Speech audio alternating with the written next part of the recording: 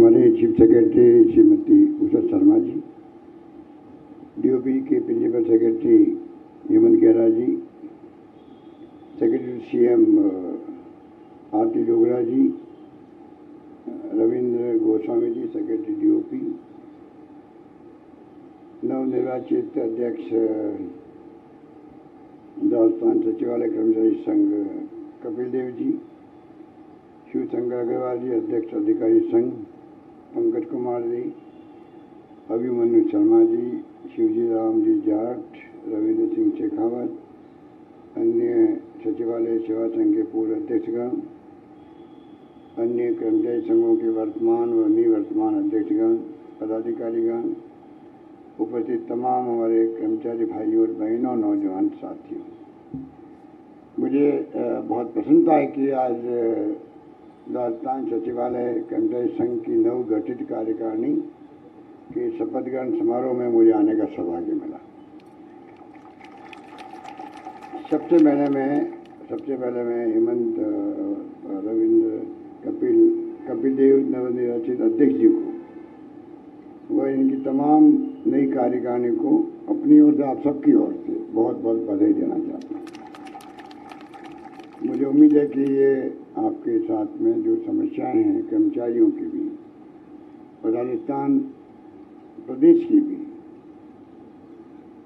उसमें क्या योगदान हो सकता है, राजस्थान सचिवालय कर्मचारियों का भी उसमें अपनी महत्वपूर्ण भूमिका निभाएंगे, जो सबसे बड़ी आवश्यकता है। अभी मेरे पूर्व में कहा गया आपको कि सचिवालय जो है वो एक प्रकार से सुशासन के लिए अति आवश्यक है। बिना सचिवालय उनके कर्मचारी अधिकारी यहाँ बैठ के सारे प्रदेश के भविष्य के फैसले होते हैं और लागू आप लोग करते हैं, तो बहुत बड़ी जिम्मेवारी आप पे है, बहुत महत्वपूर्ण जिम्मेवारी आप पे है और उसी रूप में आप हमेशा काम करता है। सरकार ने भी जब सरकार में मुझे आपके आशीर्वाद से, आपके दुआओं से अवसर मिला काम करने का प्रथम सेवक के रूप में, चाहे 22 साल पहले मैं था तब भी, फिर दूसरी बार मुख्यमंत्री बना और तीसरी बार अभी आपके सामने मैं आपके बीच में काम कर रहा हूँ। मुझे याद है पहली बार जब मैं मुख्यमंत्री बना तो स्ट्राइक हो गई थी कर्मचारियों की, याद है आपको? 64 days strike, no work no pay. ये हालात बन गए कि जो हमारे कर्मचारी वो महेश व्यासी तो भी है नहीं यहाँ पर, आप दिख नहीं रहे हैं वो, तो वो हमारे उस वक्त में मुख्य किरदार थे उस वक्त में। पर संबंध ऐसे जुड़े उस स्ट्राइक के बाद में चुनाव आए, चुनाव में आपने जो गुस्सा था मेरे प्रति वो पूरा गुस्सा निकाला आपने। पर उसके बाद मेरे रिश्ते ऐसे भी जुड़े हैं उस घटना के बाद में कि बिना मांगे हुए आपके सब मांगे पूरी हो रही है, बिना मांगे हुए। और तो और 13 के अंदर तो आप सब बैठे हुए हो, क्या क्या फैसले नहीं किए हम लोगों ने आपके हित को देखते हुए। नहीं सरकार आई तो और तो सब तो बंद किए वो फैसले, वो 250 की स्टेशनरी थी वही बंद कर दी। तो तमाम बातें आपके सामने हैं, पर सरकार हमेशा आपके साथ खड़ी मिली आपको। और पहले बार भी जब स्ट्राइक हुई थी तो थोड़ा कम्युनिकेशन गैप भी हो गया, थोड़ी गलती हमारी भी रही, थोड़ी गलती आंदोलनकारियों की भी रही, क्योंकि हमारे स्ट्राइक के बाद में जो संवाद होना चाहिए था आप लोगों से, वो संवाद कायम नहीं हो पाया, क्योंकि हम भी नए नए थे उस वक्त में। तो उसमें आप लोगों ने महसूस भी किया कि अगर संवाद भी होता है तो कई बातें ठीक हो जाती हैं, वो उस वक्त में थोड़ी कमी रही, जो मैं खुद स्वीकार कर रहा हूँ। पर बाद में हमेशा मैंने, क्योंकि पहले भी उस वक्त भी मैंने कहा था स्ट्राइक में कि जब मैं प्रदेश कांग्रेस अध्यक्ष था, जब आपने हरदीय जोशी के वक्त में, शिवचंद्र माथुर के वक्त में स्ट्राइक की थी, तो हम लोग तो वो थे जो आप लोगों की पैरवी करते थे वहाँ। और मैं खुद मुख्यमंत्री बन गया तो मैं आपके खिलाफ हो गया, ये कैसे हो सकता था? पर वो जो कुछ भी हुआ हो गया वो। अब जो आपके अध्यक्ष जी ने कई बातें बताई, तो अभी तो शपथ ग्रहण समारोह में कोई घोषणाएं नहीं होती है। हम भी शपथ लेते थे, आप मालूम है कि खाली 10-15 मिनट का प्रोग्राम होता है। अब तो आपने जो बताया अभी उत्सव शर्मा जी ने बहुत विस्तार से आपको सब बात बताई। आप निश्चिंत रहें, जो जो आपकी मांगे हैं, कुछ तो मांगे बहुत पूरी की गई, इसमें कोई दो राय नहीं। प्रमोशन के एवेन्यू बहुत खोले आपके। एसीपी का जो अटक गया था पिछली गवर्नमेंट में, 30 अक्टूबर 17 के आदेश से एसीपी के संबंधित विसंगति पैदा हो गई। अभी हाल ही में हमने उसको दूर किया है। कुछ एश्योर्ड जो आपका ये जो कैरियर प्रोग्रेशंस, इस पे हमने फैसला कर लिया। वो बहुत बड़ा फैसला था और सब लोग उसमें खुश हुए। और तो और जो बाकी बातें तो आपने काफ़ी की है, और मैं अब आपको RGSS लागू कर दिया, यही बातें से मालूम आपको, मैं क्यों रिपीट करूं, क्योंकि आपने फैसले हमने बहुत शानदार किए बजट के अंदर। हिंदुस्तान में कहीं नहीं हुआ है कि आज आप बताइए चिरंजीवी योजना 10 लाख की योजना, 5 लाख का एक्सीडेंट का बीमा, उसके अंदर कोई दुर्भाग्य से डेथ हो जाए तो किडनी ट्रांसप्लांट, लीवर ट्रांसप्लांट, उसमें 15-20 लाख भी खर्च होते हैं, वो भी सरकार देगी। ऐसा आज तक कहीं नहीं हुआ। CGHS जो केंद्र में स्कीम है वो लागू कर दी राजस्थान कर्मचारियों के लिए। रिटायरमेंट के बाद में वो लागू रहेगी। अनलिमिटेड कैशलेस इलाज है उसका। तो एक्स्ट्रा ऑर्डिनरी फैसले किए हैं। DPG आपकी एक से अधिक बार कर दी कि भाई प्रमोशन के लिए वेट नहीं करना पड़े। तो ये तमाम मेरे पास लंबी लिस्ट है, मैं उसको क्या बताऊँ आपको। मृतक आश्रितों के लिए हमने बहुत ही शिथिलता दी है, करीब 8,000 के लगभग नौकरी लगी है, तो कोई कमी नहीं रख रहे हम लोग। और EWS का आरक्षण भी था, उसमें भी कई शर्तें हटा दी, तो बहुत लोगों को आराम हो गया नौकरी लगने के अंदर।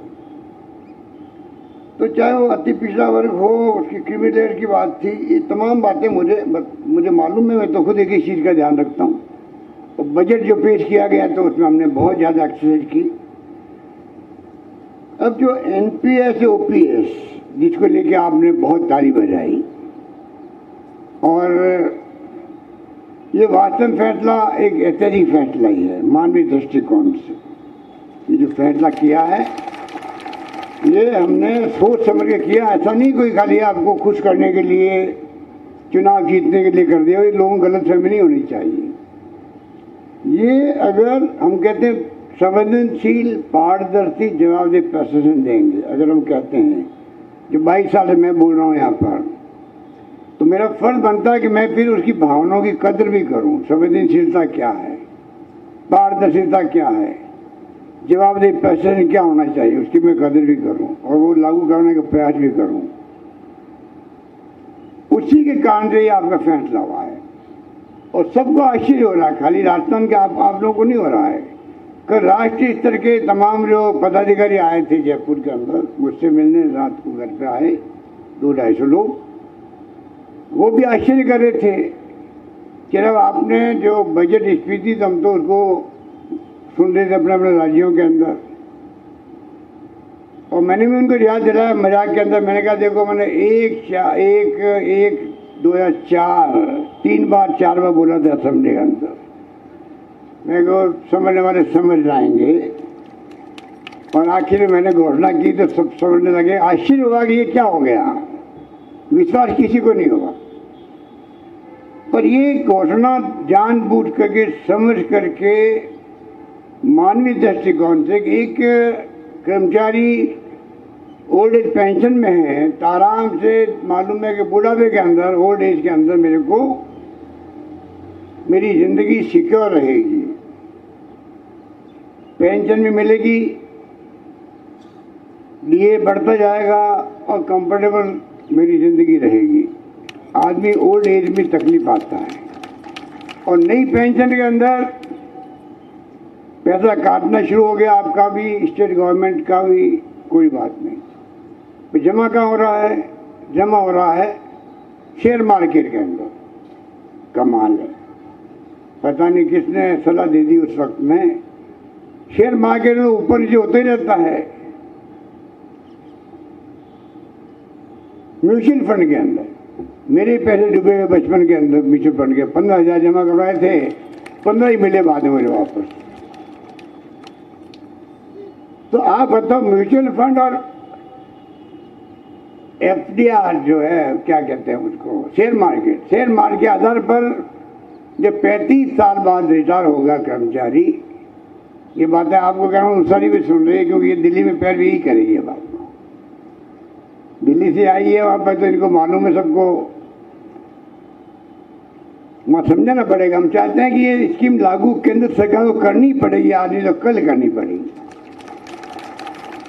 राज्यों को करनी पड़ेगी, सबको करनी पड़ेगी। क्योंकि ये मानवीय दृष्टि को मैं बार बार बोल रहा हूँ कि आदमी को मालूम नहीं 35 साल बाद मुझे पेंशन कितनी मिलेगी। ना कोई डीओ की बात उसके अंदर है, ना मेडिकल की बात पता नहीं है कि नहीं उसके अंदर। ह्यूमन राइट कमीशन मना कर रहा था। CNAG जो है उसने कहा अभी 15 साल के बाद में इसके नियम कायदे कुछ बने ही नहीं है, जिनके लाखों लोगों का भविष्य डिपेंड कर रहा हो। उसमें अगर CNAG कहे कि 15 साल हो गए, 15 साल में अभी तक इसके नियम नहीं बने, कायदे नहीं बने, आगे पता नहीं किस रूप में पेंशन मिलने लगेगी, किसी को नहीं मालूम है, वो ऑब्जेक्शन कर रहा था। सेकंड, जुडिशरी कमीशन कह रहा है कि जुडिशरी में हम नहीं लगाएंगे, इसको नहीं लगाना चाहते हैं। और 3-4 राज्य सरकारों ने रिव्यू करना शुरू कर दिया। ये फैसला आपका मैं समझता हूँ कि इतना बड़ा 2 वर्गों के अंदर बांट दिया कर्मचारियों को, ओल्ड और नई पेंशन योजना में, उचित नहीं कहा जा सकता किसी भी रूप के अंदर। इसलिए हम लोगों को फैसला किया मैंने। अब केंद्र सरकार जो है जिस रूप में रवैया अपना रही है, जो आपने पढ़ा होगा अखबार के अंदर कि आपका जो PFRDA जो फंड बना हुआ उसमें जमा होता है, पैसा जमा होता है केंद्र सरकार राज्यों के कर्मचारियों को करता, वो भी और गवर्नमेंट का भी, स्टेट गवर्नमेंट, उसको वो रोड अटका रहे हैं। कई नेताओं का आशंका थी, हमारे विपक्ष के नेताओं को असेंबली के अंदर भी, आप ये पैसे का क्या करोगे, वापस दे पाओगे क्या? वो मैंने वहाँ असेंबली में क्लियर कर दिया कि इनको पैसा मिलेगा वापस, कोई चिंता करने की बात नहीं। अब मैं आज फिर रिपीट करना चाहूँगा, पूरा जो इनका पैसा है ये कितनी रोड़े अटकाए केंद्र सरकार वाले, पर हम अपना फैसला बनने के नहीं, नंबर 1। और इसको जो है रिटायरमेंट पे ब्याज सहित मिलेगा, ये मैं निवेदन करना चाहता हूँ। कल जब आए थे केंद्र वाले तो कह रहे आपकी सरकार बदल गई तो क्या होगा, तो मुझे चिंता हो गई है कि मुझे सरकार लानी पड़ेगी वापस।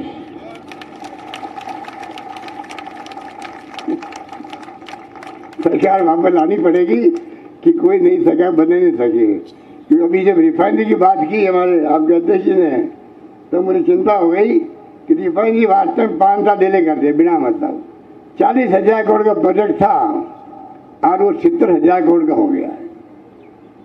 5 साल बिना मतलब बंद कर दी। पानी हमारा, बिजली हमारी, तेल हमारा, और भागीदारी कम क्यों? अब नई वापस शुरू की उन्होंने, तो वही भागीदारी है 26%, पर बिना मतलब 30,000 करोड़ रुपये बढ़ गए उस रिफाइनरी के अंदर। अब ERCP है, उसमें रोड सरकारी केंद्र सरकार, 13 राज्यों की जल पीने के पानी की सिंचाई की प्रॉब्लम है और भयंकर प्रॉब्लम है। 13 जिले के लोग बैठे हुए हैं यहाँ पर, मालूम है क्या स्थिति वहाँ पर है, जयपुर सहित। अनावश्यक रोड अटका रहे हैं। प्रधानमंत्री जी जयपुर में अजमेर में वादा करके गए थे राष्ट्रीय योजना जरूर बनाएंगे, इसको आश्वासन दिया, पूरा नहीं कर रहे हैं। वो लड़ाई हमारी चलती रहेगी। इसलिए मैंने कहा आपको, अगर ये जो हमने घोषणा की आप निश्चिंत रहो, ये बदलने वाले नहीं, लागू होकर रहेगी, आपको न्याय मिलेगा। इसलिए इन्होंने जो आपके अध्यक्ष जी ने कुछ बातें कही हैं मुझे, दो तो मैं अभी उसके लिए कहना चाहूँगा। सचिवालय में हमने तय किया कि एक नई जो है बिल्डिंग बनाई जाए, क्योंकि यहाँ पर ज़्यादा संख्या हो गई कर्मचारियों की, बैठने की जगह कम पड़ रही है। ऑडिटोरियम की जो बात की गई थी, उसी के अंदर हम ऑडिटोरियम बना देंगे, उसी में बना देंगे ऑडिटोरियम, नई बिल्डिंग बने, ये मैंने कहा इसकी मैं घोषणा कर दूं।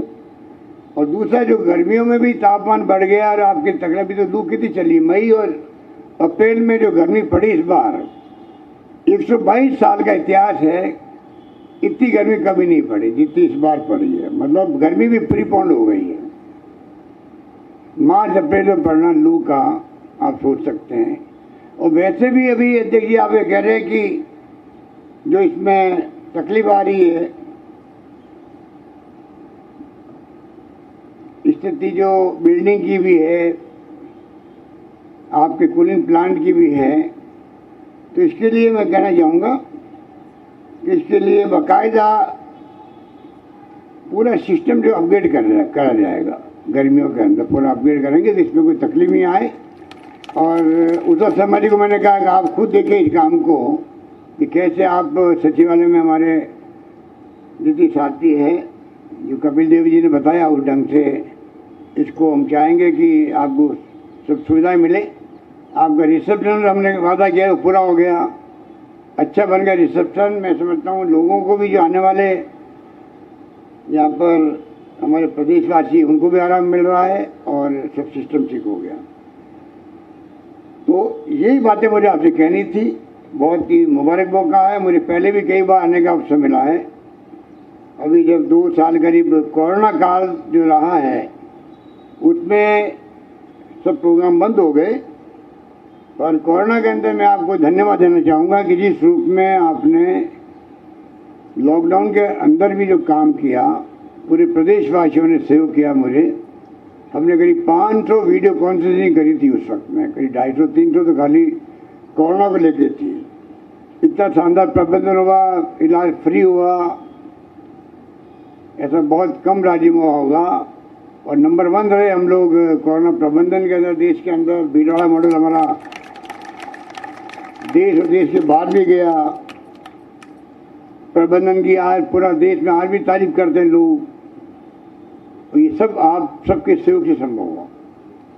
NGO, एक्टिविस्ट, धर्मगुरु, सबको मैंने आह्वान किया, पॉलिटिकल पार्टियों को बुलाया, बातचीत करी, और सब ने मिलके जो सेवा की है, मैंने कहा कोई भूखा नहीं सोना चाहिए, ये तो हमारा धर्म था।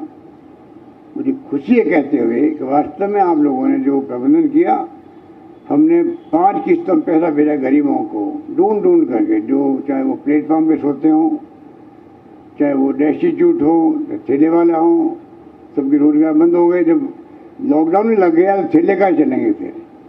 उन लोगों के लिए अलग से 35-40 लाख लोग थे, उनके अलग अलग हमने 5 किस्तों में 5,500 रुपये भेजे, वो भी थोड़ा आराम से रहे। इस प्रकार से हमने कोई कमी नहीं रखी। और उसमें सचिवालय के हमारे तमाम साथियों का, अधिकारियों का, कर्मचारियों का बहुत सहयोग रहा, तो वो मैं कभी भूल नहीं सकता। तो एक चैलेंज था हमारे सामने कोरोना का, पूरे विश्वव्यापी महामारी फैलना। आज भी चाइना में लॉकडाउन लगा हुआ है, कोरिया के अंदर आज भी फैल रहा है। आज भी वो गया नहीं है, थोड़ा बच के रहिएगा आप लोग भी। और कई लोगों के घरों से परिवार के लोग चले गए, क्या बीतती उनके ऊपर आप सोच सकते हो। उस वक्त में चाहे ऑक्सीजन की बात हो, रेमडेसिविर की बात हो, दवाइयों की बात हो, हमने चार्टर प्लेन किए था, बम्बई भेजा हो, टाइम पे दवाएं आए। एक दिन में डिले क्यों हो, किसी की जान क्यों जाए, एक एक चीज़ का हम लोगों ने मॉनिटरिंग की थी। पर जो सहयोग आपका मिला वो अद्भुत था, सबने सहयोग किया। मैं उम्मीद करता हूँ कि हम सब मिलकर के, जो हमारा मुख्य ध्येय है, चाहे हम लोग राजनीतिक कार्यकर्ता हैं, चाहे आप लोग सहकारी सेवा में हैं, हम सब मिलकर के जो स्कीम बनाई हम लोगों ने, किसानों के लिए हो, चाहे मजदूरों के लिए हो, चाहे वो शहर के लिए हो या गांव के लिए हो, इतने फैसले किए हैं। उन फैसलों को लागू करना एक चुनौती हो रहा है सरकार के सामने। इंदिरा गांधी जी के नाम से हमने शहरी रोजगार योजना नरेगा के पैटर्न में शुरू करी। 100 दिन का रोजगार देश में कहीं पे भी नहीं है। तो लागू करने के लिए तो हम सबको आगे आना पड़ेगा। नरेगा में 25 दिन बढ़ा दिए हम लोगों ने स्टेट फंडिंग से। तो जो काम हम लोगों ने हाथ में लिया बहुत चुनौतीपूर्ण है। तो मुझे खुशी है कि सरकार के स्तर पर अभी 800 जो हमने घोषणा की थी, करीब 350-400 के तो आदेश निकल चुके हैं। पूरी मॉनिटरिंग चल रही है। मैं आपसे मार्मिक अपील करना चाहूँगा, योजनाओं को लागू करवाने में और गांव तक उसका लाभ मिले गरीबों को, आम लोगों को, किसानों को, वो सुनिश्चित करने के लिए सचिवालय कर्मचारी संघ और सचिवालय कर्मचारियों का, अधिकारियों का बहुत बड़ी भूमिका होती है। वो आप निभाएं, ये मेरा आपसे विनम्र निवेदन रहेगा। यही बात कहता हूँ। मैं आपको इतने कहना चाहूँगा, जो मांगे रखी गई है उनको मैं वापस दिखवाऊँगा और आप निश्चित है जो भी संभव होगा। एक बात और मुझे कहनी है, हमारे कुछ साथी बैठे हुए धरने पर CHA वाले, अब छोटे बच्चे उनके हाथ में हैं, 2 साल का, 1 साल का, कभी टीवी में झलक पड़ जाती है, बहुत दुख होता है। उनके लिए मैंने बजट के अंदर एक पैरा बनाया CHA वालों के लिए, कम्युनिटी हेल्थ असिस्टेंट के लिए। इन्होंने अच्छा काम किया। तो उस वक्त में आपको मालूम है कि पहली लहर जब थी तो लोगों को भय था, भय बहुत था। पता नहीं, मैं खुद तकलीफ में नहीं आ जाऊँ। डॉक्टर भी डरते थे जाते हुए, कई लोग ICU के अंदर। वो वक्त भी देखा हमने, हालांकि मृत्यु दर कम थी उस वक्त। दूसरी लहर में मृत्यु दर बहुत भयंकर थी, पूरे देश के अंदर हाहाकार मर गया, ऑक्सीजन का भी कई लोग मारे गए, पर भय खत्म हो गया कई जगह पर। तो तीसरी लहर तक तो वैक्सीन लग गई, तो कम से कम मृत्यु दर तो नहीं हुई, बहुत मामूली सी हुई। पर हमने इनको लगाया टेम्परेरी बेसिस पर।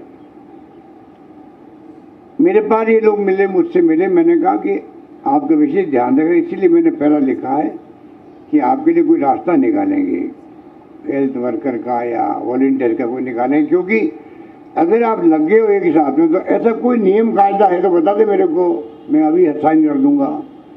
अगर वो लग सकते नौकरी उनकी तो मुझे कोई दिक्कत तो नहीं है। पर कोई सिस्टम ऐसा नहीं है कि बिना प्रक्रिया अपनाए हुए किसी की नौकरी लग जाए। ये तो आप सब बैठे गवाह होंगे इस बात के। तो नौकरी कैसे लग सकती है? फिर जो पहले गए लोग अटके पड़े, अभी भी गए लोग आते हैं, उन्हें इसलिए नहीं लग पा रही है। अगर प्रोसेस से लगे हुए वो लोग हैं, जिसमें SC, ST, OBC, EBC जो भी है, अगर वो पूरी प्रक्रिया अपनाई हुई है, तब तो फिर भी उनके लिए चांस होते हैं। कोई तरीका निकलता है, 5, 10, 20% उनको एक्स्ट्रा मार्क मिल जाते हैं। ये तो 4-6 महीने लगे काम किया हुआ उन्होंने, 8-9 महीने किए होंगे, और इनको लगा नहीं सकते हम लोग, क्योंकि बिना प्रक्रिया के आए हुए हैं।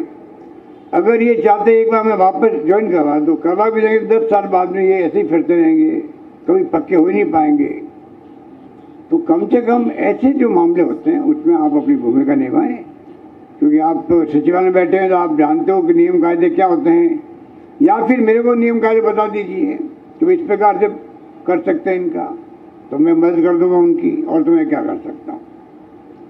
परंतु इस प्रकार से जो है, इतनी नियम है, इतनी हमने नियुक्ति दिए, कॉन्ट्रैक्ट वालों का अलग कैडर बना दिया हम लोगों ने। यहाँ तक कर दिया कि कॉन्ट्रैक्ट में लगे हुए हैं, उनका एक कैडर बन गया, तो कम से कम आराम हो जाएगा उनका आगे पक्का करने के अंदर भी। तो सरकार की तरफ से कोई कमी नहीं हो रही है। बूढ़े आदमी हो गए, वो VRS लेना चाहता कोई आदमी, तो उसकी जगह लग जाती है, उनके बच्चे की नौकरी लग जाए, वो हमने कर दिया। और कई नियमों में बहुत शिथिलता दी गई है। कई नियम तो पहली बार हुआ कि सुप्रीम कोर्ट में एसएलपी की गई सरकार द्वारा। एसएलपी वापस लेना आज तक कभी इतिहास में सुना नहीं होगा आपने। हमने एसएलपी वापस ले लेकर के लोगों की नौकरी लगाई है।